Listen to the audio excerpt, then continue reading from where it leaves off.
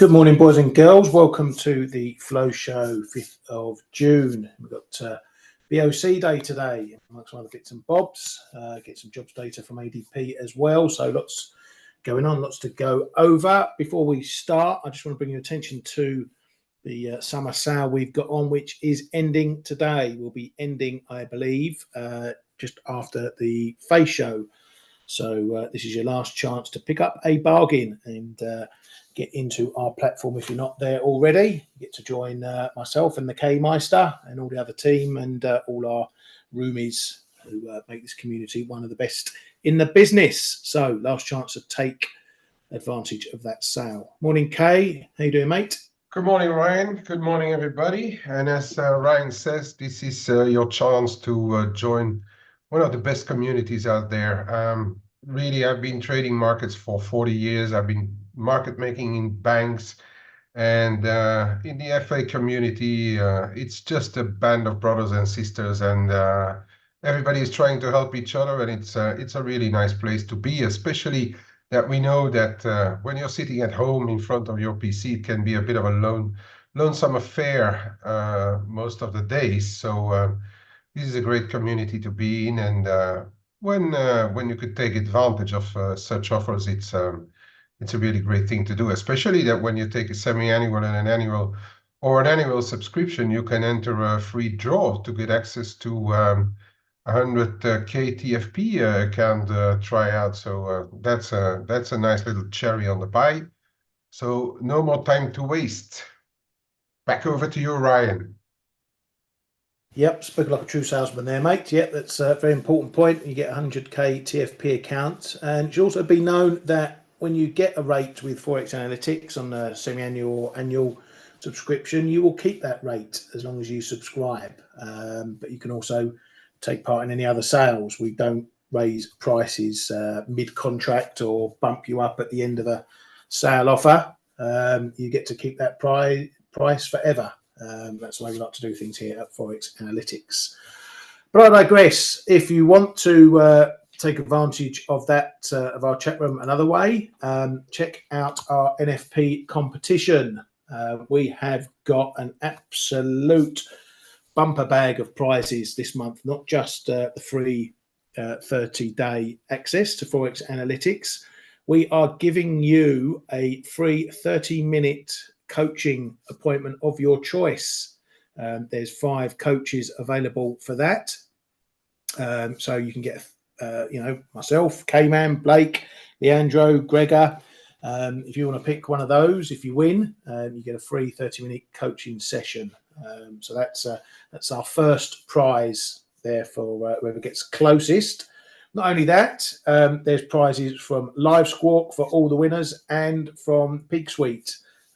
If you don't know those guys, they've got a big platform over there, news aggregation, let's call it news and analysis aggregation. They've got a customizable platform there. You can put in TV channels and feeds from Twitter and Reuters and the like. So just to run over that for the NFP competition, first place will get 1 month's access to Live Squawk, free 30-minute coaching session as mentioned, an annual subscription to F.A.C.E, and obviously 30 days access to ForexAnalytix. Second place will get that annual subscription to F.A.C.E, 1 month's access to us here, 2 weeks access to Live Squawk. Third place will get 30 days ForexAnalytix, 1 week access to Live Squawk, and again another annual subscription to F.A.C.E. So plenty of reasons why you should enter our competition, and I shall put the link to the blog in there so you can read all the rules. The rules will be important this month. You can enter your guess if you just scroll down even here. If you click the link for the tweet of this post, that's where you need to put your guesses. So click that linkity dink, that'll take you to the tweet, and then you can put your guesses on there. Only guesses on that post will count, nowhere else. So anyway, there we go. So big prizes this month, don't miss out. And I'll put the link to the blog post in there and you can have your guess. Right, let's get down to business then, because we do have lots to go over. Where are we going to start? We're going to start in Japan because we had those labour wage earning numbers coming out, and all looking pretty good. Average cash earnings year on year up 2.1%. We're expected to rise 1.7% from a prior 1%. Overall wage income of employees 2.1% as well. But if you look at some of the real cash earnings, as you can see there, over time, year on year was a negative, a little bit more negative. Real cash earnings were down 0.7%, were estimated to come in down 0.9%. They were previously down 2.1%. So that gap is closing between wages and real earnings. Regular pay was up 2.3%, the highest since 1994. So we are seeing those wage increases filtering through to the broad labour market. Maybe not as much as might have been expected in most cases, but there may be a bit of filter through both April and May. So we'll keep an eye on those next month just to see what happens there. But positive news for both the BOJ and Kishida there, Kay. Well, yes, on the headlines for sure. It's always positive that we finally get some of those long-awaited cash earnings and wage hikes. That is for sure positive. I still say that the issue, not that it's going to matter a great deal in the immediate for the man in the street, but if you look at those real cash earnings, that's still going to be, I think, for the global spending and still going to be a little bit of a break for the BOJ. If that number would have come back into positive, then I think we would have seen a much more positive reaction of the market as well. And as a matter of fact, when all those data came out right afterwards, actually JGB yields dipped a little bit, back down to even below 1%. And now it's ticking up again, the 10-year. But as you can see, just early doors, early day for us there. It dipped just that slightly, that tiny bit there, right? I think, yeah, it's in the wee hours, and that must have been when those real cash earnings hit the market. But yeah, overall, I think it's still something that we may have expected. I don't know if the market would have expected something of 3% or so, but you know how a market always hopes for more than the prettiest girl can give, you know. And so yeah, I think a little bit of a lukewarm reaction there, but overall quite okay news, I'd say. Yeah, no, I agree with that. And yeah, I don't know if perhaps it is we're going to see this filtering over both April and May, because obviously not everyone puts in their pay rises at the same time and fiscal year and whatever. But yeah, we'll keep an eye on those numbers in May. They could be higher. Might be a bit of trouble if they come in significantly lower. Yeah. I'm not overly sure anymore, and I don't recall, but May could be bonus month as well over there. Yeah. So we need to keep an eye on that as well, because there could be a bit of a bumper bonus payment coming up too. But I need to check. I don't recall exactly when bonus month is. Yeah. Okay, mate. I'll leave that one with you then. Okay, coming over to some of the PMI data dropping as well. We had where was it? The old China Caixin Services PMI coming in 54, so a nice jump there over 52.5 expected, and prior 52.5. So that was pretty good. We also had the Aussie services coming in a little bit softer, missing expectations, down on last month as well. Japan, a little bit of an improvement over expectations, but still a bit down on last month. Then we come through into Europe, had some industrial production data from France, which was pretty good. Also, Spain still going gangbusters there, 56.9. They're really showing a bit of an improvement. The green shoots really taking hold over there. Over in Italy, a little bit softer, only a pick down on last month. France, final numbers as well, just a little bit confirming the drop. Germany, that was a pretty good beat, actually, for the final number. You don't usually get quite a high differential, shall we say, 54.2, so up a whole point over last month. So again, green shoots taking hold there, though not in manufacturing. And in the pound eurozone number missed by a little pip over the flash number. Then into the UK, and the final number came in unchanged over the flash, confirming the drop there. Right, swinging back to some central bankers, and in Australia, RBA's Bullock says they're looking for a soft landing for the economy. Underlying inflation is coming down, but only slowly. If inflation proves sticky, they won't hesitate to hike. But if the economy is much weaker, they'll be ready to ease. And easing will come when they are convinced that inflation is returning to target. They said in the next 12 months, it's possible that there's 50 basis points of lagged tightening yet to come through the pipeline. So a bit all over the shop. I mean, she's a bit on the hawkish side, Kay, but these comments are playing both sides of the fence a bit. Yeah, I thought reading at the headlines she was much more hawkish than that, but she really was speaking to comes over Parliament, so sorry? she was speaking to Parliament, so she's probably expected to be a bit on the fence.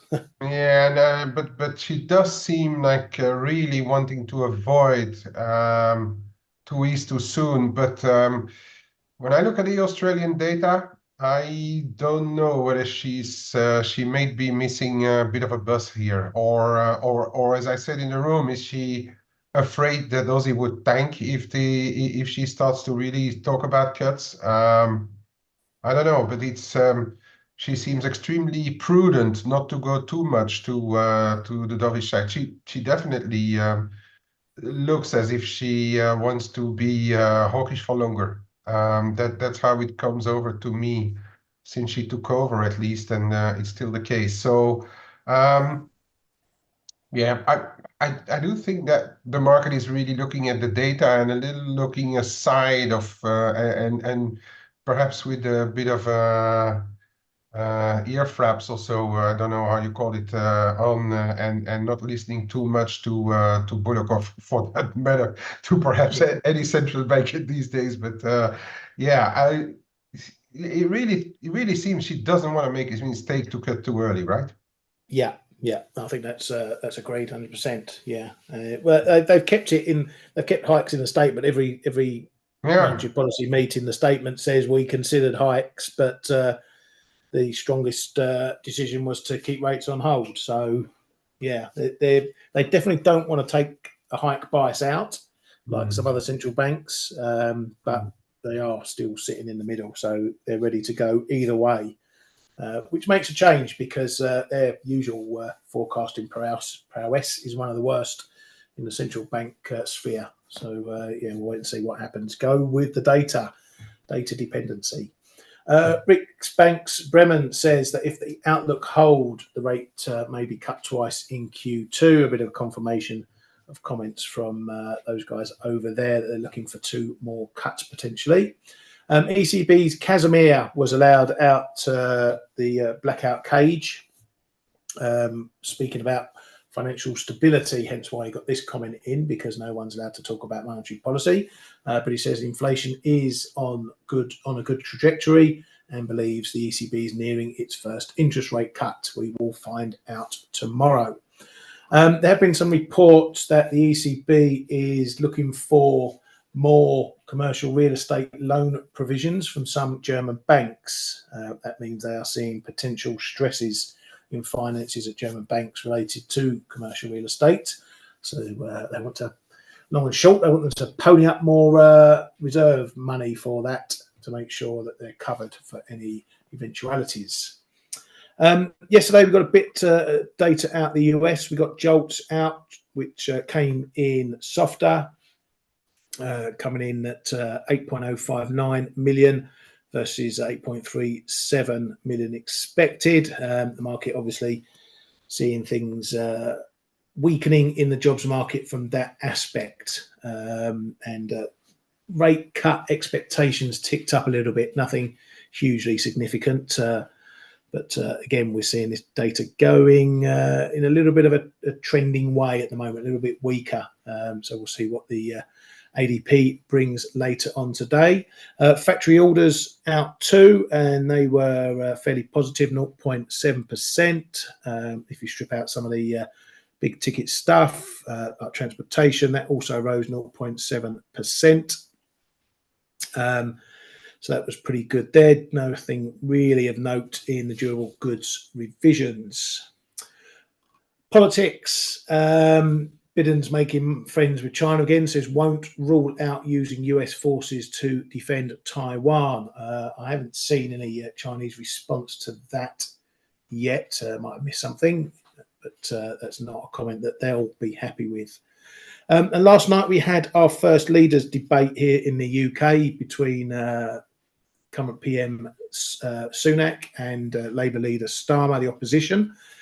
There was a poll right after it that had Sunak actually winning in the first head-to-head in terms of overall presentation.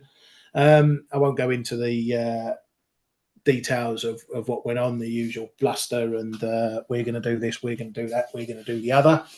But it seems like Sunak might have clawed back a little bit of credibility, it seems, with that. There's going to be a few more of these coming up. I think the next one is on Friday, if I'm not mistaken.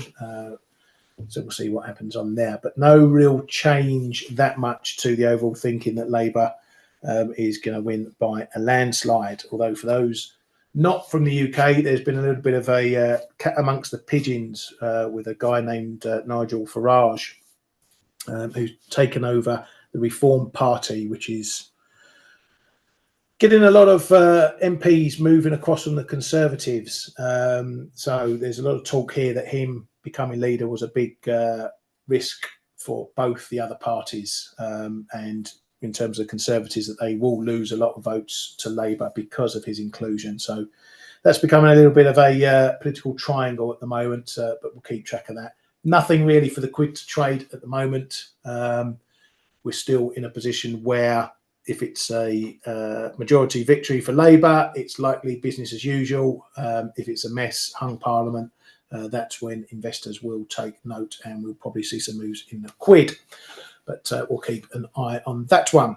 And that's all I've got from the news and data. Anything you want to bring up specifically, Kay? No, Ryan, not for today. We can look forward to what the Bank of Canada is going to do or not do. Well, it's still, if you want to talk about those elections that we had, South Africa is still looking for its coalition. DA said that they would be okay, but there are conditions. I think that is kind of what the market is picking up a little bit on now, and conditions means perhaps a little bit uncertainty, and the rand is getting a bit hammered. Yesterday we had a weak Q1 GDP coming out, actually going into contraction in South Africa, although that is once more a back-looking number. The market is still kind of trading those just in the global line of things in South Africa, and we see the rand weakening up. And on the rest now, after the first scare in the Mexican peso, things are quieting down a little bit. I guess we're still waiting for the final numbers and see if the Morena party needs a little some of those smaller parties just joining them to form the overall majority. Could be that we are in a bit of a a stalemate for now on the political side, of course, because they are not going to push those reforms through or those planned rulings through straight away. It is, I think, the biggest scare, the immediate scare is behind us, and now we are like more going to be in a bit of a wait and see mode, and with probably the MEX trading up and down and in the middle for a while. Yeah. I've mentioned this in the room. I think this 1740 level is going to be a bit of a decider for that. If we bounce off of there, or if we get to there and bounce off of there, that's going to suggest that the market isn't ready to, completely go goldfish mode and ignore the political strife. But then if we get below that there, then that would suggest that we've had our little flush out after the election, and it's back to business as normal. I even wouldn't rule it out, before the real poo hits the fan later, perhaps a month or two from now, and I wouldn't rule anything out really. It's still an 11% currency, and it's still a friend-shoring country for the US as well, and they are still firmly part of the USMCA agreement. So I mean, before they really send all the investors away, there may still be a bit of peso flowing through under the bridge, Yeah, I was going to ask about that because that was the thing that Trump dreamt up, wasn't it? The USMCA. So is it going to be a big negative if he comes in again? Is it going to be a big negative for I think the so. peso? I think the thing is, well, I mean, you know what? You look at your chart, you look at what happened in when was it, like February or no, when he, that was in April there, that big spike, and then we had spikes before. Yeah, that one there, was it? Yeah, there was one over there. That is how it's going to trade, I think. But if he gets it, he's probably going to hammer everybody, whether it's Mexico or China. So what does it mean for the investor? It's probably going to be an immediate negative reaction to the Mexican peso, because he's anti-immigrants, build that wall again. Don't let anyone get a free ride. So on the face of it, it's going to be a negative, but then it's going to be a negative for everybody. And then at the same time, we know also that people in his entourage are planning or trying for anything to lower the dollar. And so he's I don't know. It's the Trump thing. I think is going to weigh on the mix initially. But I think before that, we will already have a good idea how it will evolve, because AMLO already said that he during or even before the official handover, he wanted to push some reforms through. So I think we are in for a second half of the year in the Mexican peso, which is going to be very hot, very, very hot. Yeah, hopefully some good volatility. So a lot. We could see a lot, and I think what we saw yesterday and the day before, Ryan, is an example of what we could get, perhaps throughout the whole of the second part of the year. I've read a lot of people saying that this is it. The period of the strong peso is over. I'm less categoric than that, to be honest. Yeah. Going to be an interesting one indeed. Right, let's take a little look around. Not an awful lot going on at the moment in a lot of pairs. We're doing a lot of treading water. Euro doing a bit of treading water, banging off the top of the zone for a change. Not quite willing to go down. Obviously, the ECB coming up tomorrow, so the market's not going to get too far out its pram about that one. Euro sterling still glued down here. We did have, I think it was Arnis. I don't know if he's here today, but he was asking on F.A.C.E yesterday what to do about this one. I know a lot of people are long on this one, like I am. I'm looking to maybe reduce. I started buying when we came down to the 20s. So if I get a move up to 30s, I might knock those out and just reduce the position down a bit. But depending on where we are going into the ECB, I've got stops and sell stops down below the bottom of this zone. I might just pull those sell stops, reverses, and move my stops a bit lower down to stay out of any noise, because I don't see any reason why the ECB is going to cause a big upset for the euro. But if we're close enough to the level, there might just be enough volatility that we get some shenanigans and a little bit of a knock through, and I don't want to get stopped out on a quick move to find it's up 50 pips after that. So I might just pull my stops down a bit further.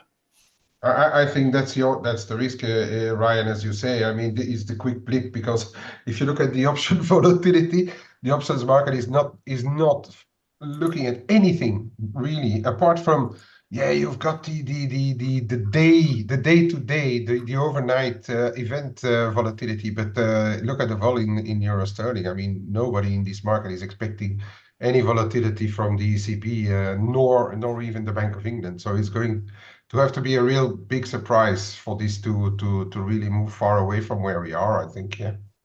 Yeah, exactly. That's my But thought. you can't So maybe ignore you can't ignore, or you can't forget about the occasional blip. You know, the algo hitting the stuff, whether it's down or up on a one word or so in a press conference. Yeah, exactly. So as I say, I might move my stops right all the way down below that 85 level, maybe even as down as near 84, or even under, and just keep it as a bit of a disaster stop and see what it wants to do. Try and stay out of the way. But also, if you are trading this as well and you're a bit worried about what's going on, you can always, if you've been getting long down here, you're not going to give too much back if you get out the trade altogether, go flat, and then decide to get back in after everything is known about the ECB. Even if you might not get your levels that you're in at before, you can still maybe take part in that or wait for another test of the 85 level should we bounce. So there's two ways to play it if you're trading this when you come into these big risk events, and that's all you have to look at. How do you manage your risk? Don't sit there guessing, oh, the ECB is going to do this, the ECB is going to do that, and so my position is going to be all right. You've got to plan for the worst outcome and protect your account. That comes first and foremost. So if you traded this and you think flat is the best option, so be it. The markets will be there tomorrow after the ECB, and you can retry your trades again. Another one I'm in at the moment that's doing okay. I traded Aussie Kiwi on the long side when we were hitting this level down here. The old magnet at 108, and managed to get a bit off in the rallies here. But I did a bit more just on this move down here, and then it broke, and then I flipped it short 85. So I'm trying to ride this short down. We have just bounced off the 61.8 fib of the move since February.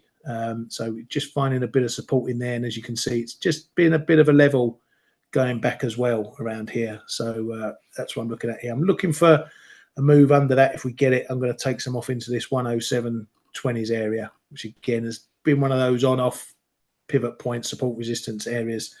So that's what I'm looking at for that. But this one, again, if you take the RBA into consideration, this is one where, it didn't take a hawkish stance. The Kiwis really outperforming at the moment, Kay. Oh yeah, yeah. You know what? That's what I was saying. Like, the market is looking through what Bullock may be saying, because the data are saying something different. It's not. And again, I mean, and that's typical of what we are seeing now. This messy second quarter. I've always been saying it's not that things are completely falling out of bed in Australia. I mean. Don't get me wrong. This is not a thing where you go like, I want to sell Aussie and buy it back a year from now. Not at all. But yeah, the Kiwi is definitely outperforming, and it's outperforming the on the Aussie Kiwi. By the way, I also pulled up that chart this morning in the chat room, and I've noticed that even on the longer term moves, we are in a bit of an area as well around this 107.40/50s on the Aussie dollar. It's an interesting zone there, so it's worth monitoring what people do there. So yeah, and you know what? Based on data, and then there is still a bit of interest rate differential. Of course, that doesn't necessarily play out if you get a big move one or the other side. The interest rate differential is absorbed extremely quickly. But I do think it may be just at play while those Australian data are not stronger than what they are in the immediate. Yeah, no, I think I agree with that. And I think also, as we said, the market that was a really quite a hawkish turn from the RBNZ. As well. I think that caught the market on the hop as well. So you take a currency like this, the cross between the two. Yes, the RBA and not taking hikes off the table, and Bullock is a more hawkish central banker, but that flip from the RBNZ is really taking over at the moment, which is good for me and talking my book. So as long as that lasts, I'll be a happy bunny. But we shall see what happens. We can't predict the future. We've had a decent old bounce in dollar yen this morning. I thought we might get a bit more reaction on that data, but as you say, maybe we got a bit of that early in the morning. But we've had another storm up. This one is still. We talk about messes in Q2. This one's still all over the shop, Kay. Yeah, I can't call it one way or another from 1 minute to the next. No, it's unless you've hit that 157.75 there. If you talk about purely the dollar yen, and then you had the unwind of the carry trade in your favor, but it's still a currency where you take profits relatively quickly. And we've been saying that. I mean, it's something where if you are in a position, take your profits relatively quickly, because there may be something else around the corner the next day, and that's exactly what we got again.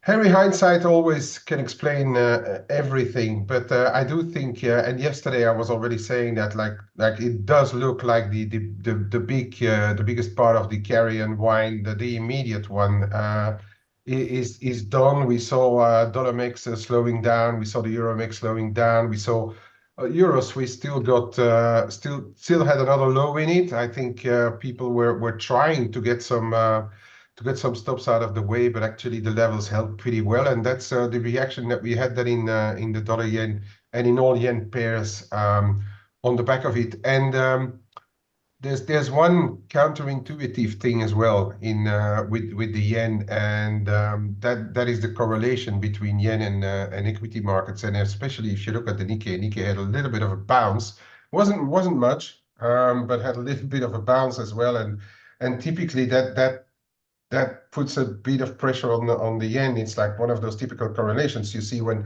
S&P is ramping higher or so. Sometimes it puts a bit of pressure on the dollar in the in risk pairs, and so that's I think all of that has made it. And the thing is sometimes it's just as simple. If you run out of sellers, and the thing just rebounds, because the market is going to stand up and see like 2-year yen yields at what is it, 30, maybe a bit higher now, and where are they?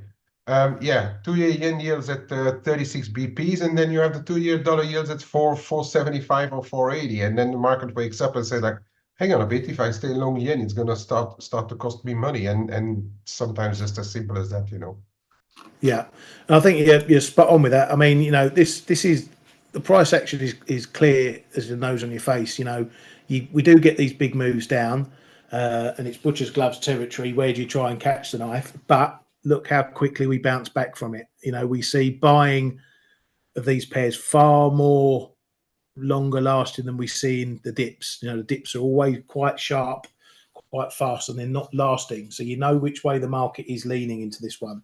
But trying to pick where a low comes in to try and catch a knife on these moves is another question altogether. You think 155 would hold. No, it didn't. And then you're down another 150, 200 pips before it decides to bounce. So it's still very dangerous one to trade. Obviously that 152 was a much more solid hold given the prior action. But these ones, if you tried catching it at 155, you're going to be wearing another 140 pips off of that before it bounces again. So, but you can tell by the price action, as I say, the dips are much more quicker and they're bought quicker than staying low, and the sell-off continues. So dip buying is still the way forward for now, but still a dangerous one to play. Kate, let's get it over to you, mate.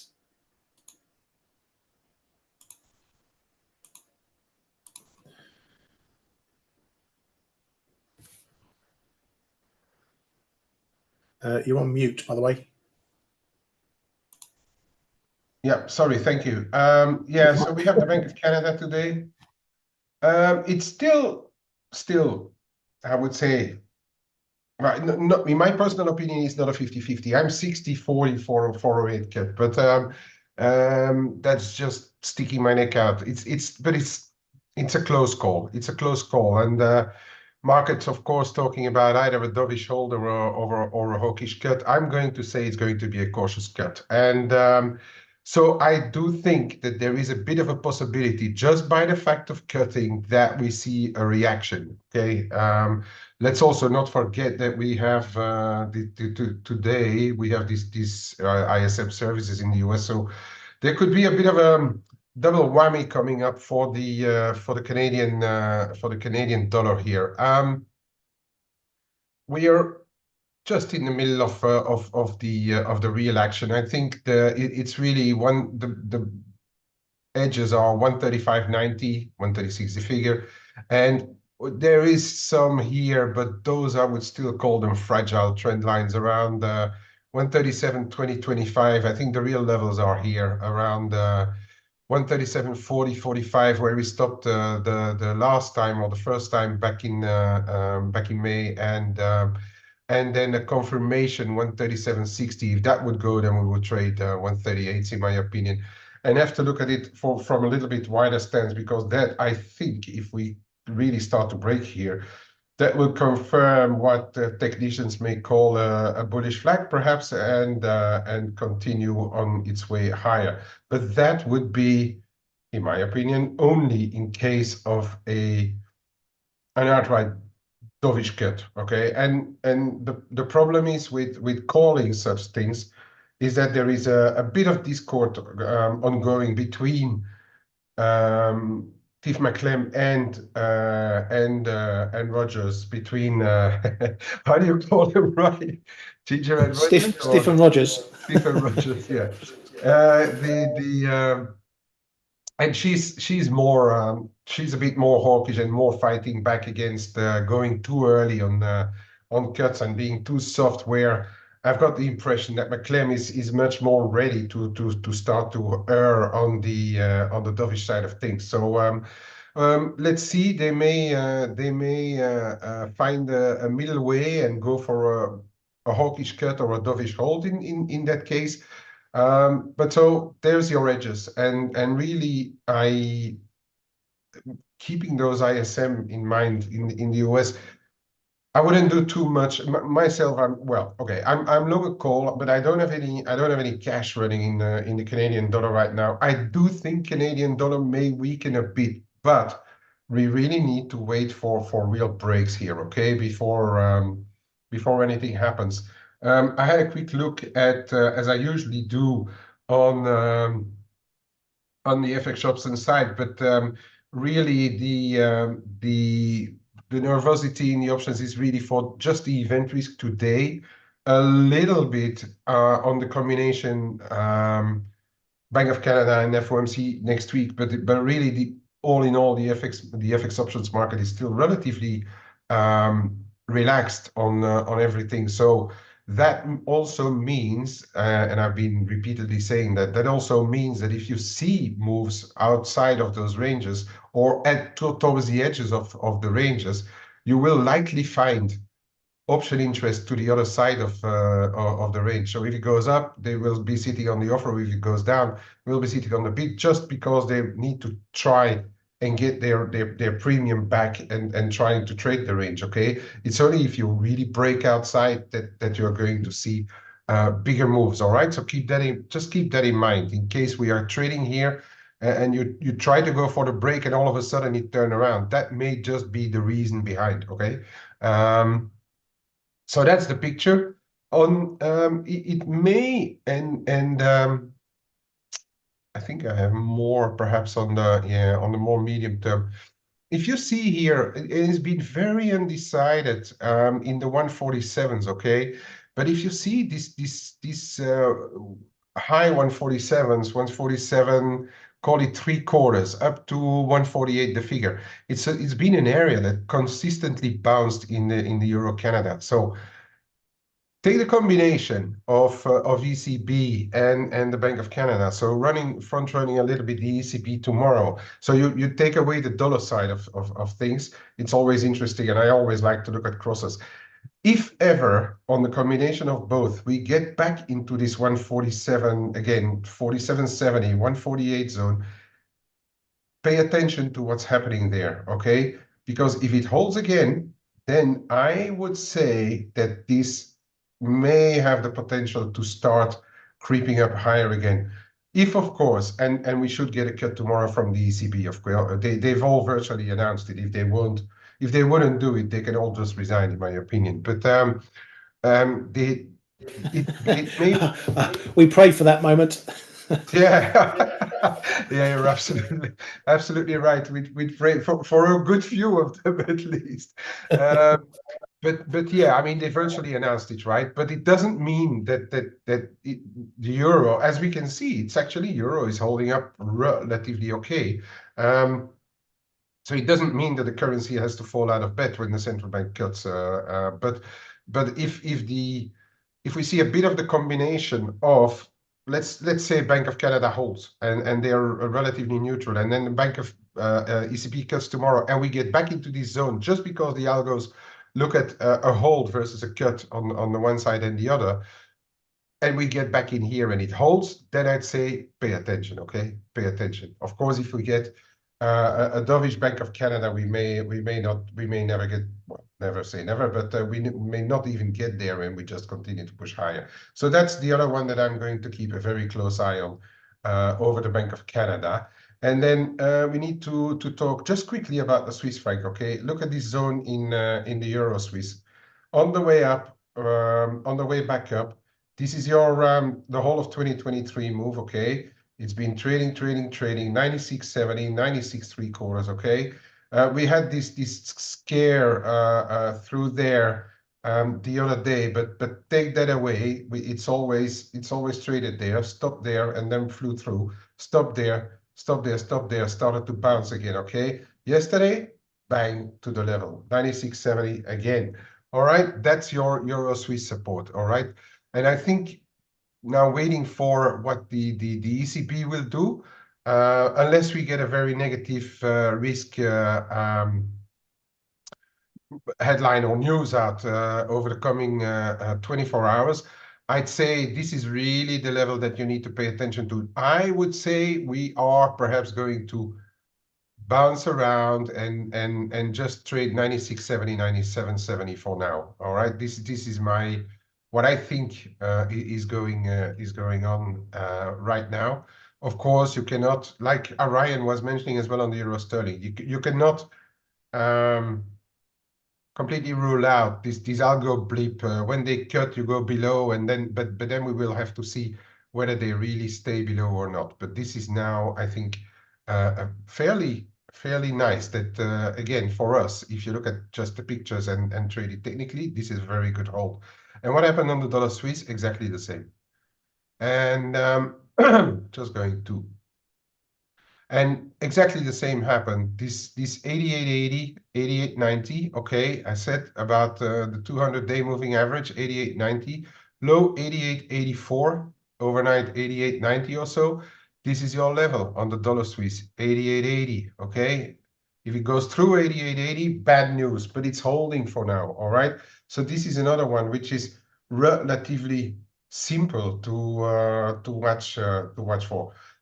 The downside, that is correct, Dimitri. But don't forget that the bounce that we are seeing now comes on, or the hold as well that we are seeing comes on the back of warning shot from SMB Jordan, expectations for an ECB cut, a big washout of carry trades that we had, yet the level showed up again. Okay, that's what I mean. The level showed up again. Whether it's going to break or not, that we will see in the future. But in the meantime, that level it has been traded again from by the markets. Okay, that is what I mean. And the same thing happening on dollar Swiss.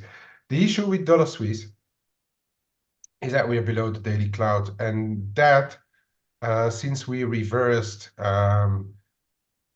earlier this year, it never traded. It traded once inside, but then we have this big washout. So there are going to be hurdles. Where are the hurdles? Well, it's relatively simple: 89.80, 89.90 prior low, already 980, and then here. Now I'm taking the cloud off again. This one for me is now the top side, 90.10. 90 and a quarter. You can see those 90 the figure, 90.10, 90 and a quarter, trading so many times in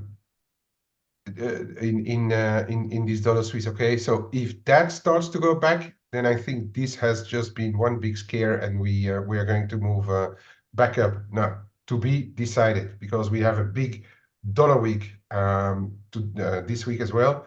This afternoon, I think ADP. Yeah, ADP this afternoon. Then we've got the ISM. Then we got perhaps something else in between, and then on Friday, well, the claims tomorrow, and then on Friday we'll have the jobs report. So I am personally not going to touch it right now. I do think that there is a possibility that we come closer to this level again, because we saw the bounce.